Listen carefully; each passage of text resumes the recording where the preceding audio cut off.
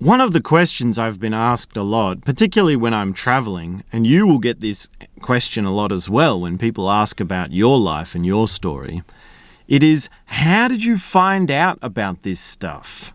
How did you get into this stuff? And that is in referring to, well, whatever it is that you're into meditation, into travel, into awareness. How is it that you found Osho? How is it that you found the importance of self-improvement, self-development, personal transformation, or all the rest of it? It's a common question. It's a question that is the same as, where did your story begin? What is your story? What is it that you've been through in order to bring you to where you are? Now, if you're new to my channel, I am looking for your support. I am looking to expand this channel. This is where I share my story and the things that have helped me. And I need your help with engagement. So please do subscribe, click the like button, and leave a comment. This is day 24 of the Lifetime Meditation Burn. And this question of where did your story begin is a very interesting question. How did you arrive at the position you're in now? And often this question makes me laugh because it's like, well, where a story begins depends on, well, where you choose to tell it from. And of course, usually when we look at this, we say a story begins at a significant event. There is a significant moment, a turning point, a moment of realization, a moment of drama, or something that has put you into this new direction, this new sense. And for me, I've had many of those points throughout my life. I've had many of those moments where I've looked at life and thought, I need to change. I need to change directions with what I'm doing. I need to find something new with what I'm working on. And generally, when I get asked this question, how did you find this stuff? How did you get into this stuff? I answer by saying that it's been the path of knowledge that has worked best with me. And this is really my suggestion to you, which is to get onto the path of knowledge, to get onto this thing of searching through the information. And there's lots of information available now. That's the great thing about the digital sphere and engaging in it.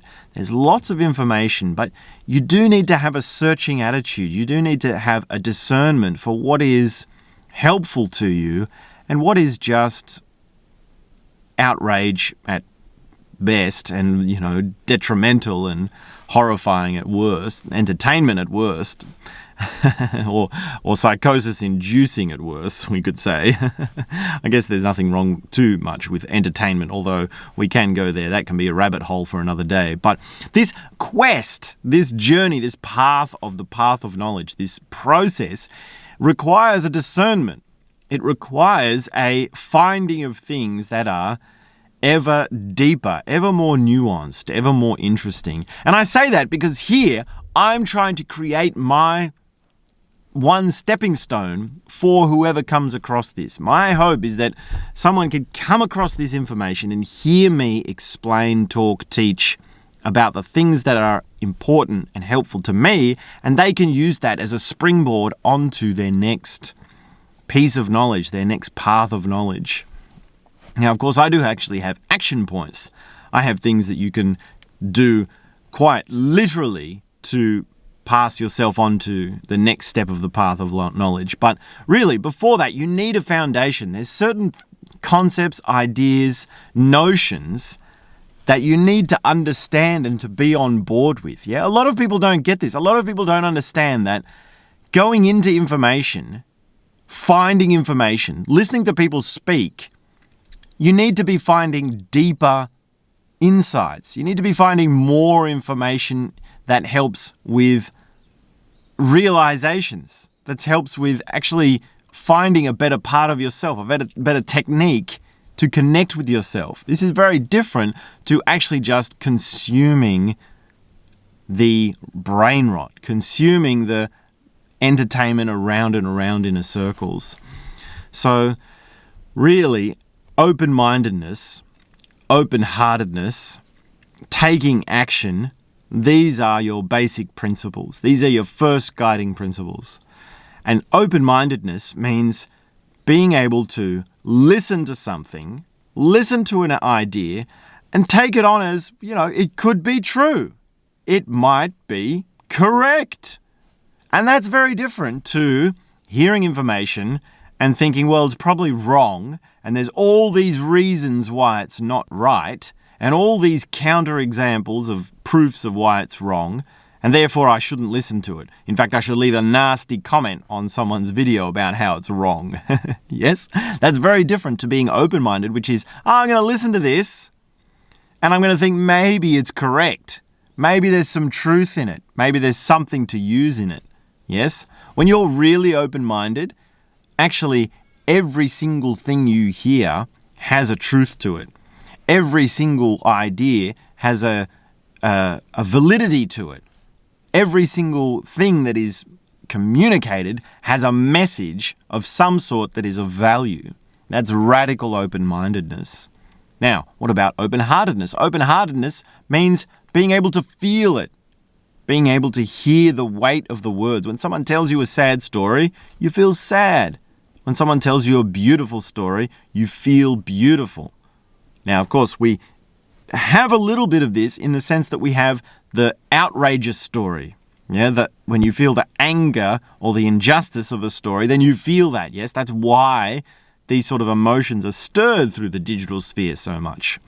And yet, to be truly open-hearted, it means to listen and understand a story that is from the full spectrum of human emotion. You want to be able to listen with an open heart, which means being able to feel whatever the feeling is that comes from hearing that story. And also, it comes from empathizing, understanding the feeling behind the story. You might have a different emotional reaction to the story, to the emotion that is being expressed, and yet also there is something to be in understanding or empathizing the actual emotion that is being expressed. These are two different things. So, open-mindedness, open-heartedness, these are foundational things that you need to understand. And taking action is the other big one, right? Taking action means you don't just sit and listen to talks on the internet.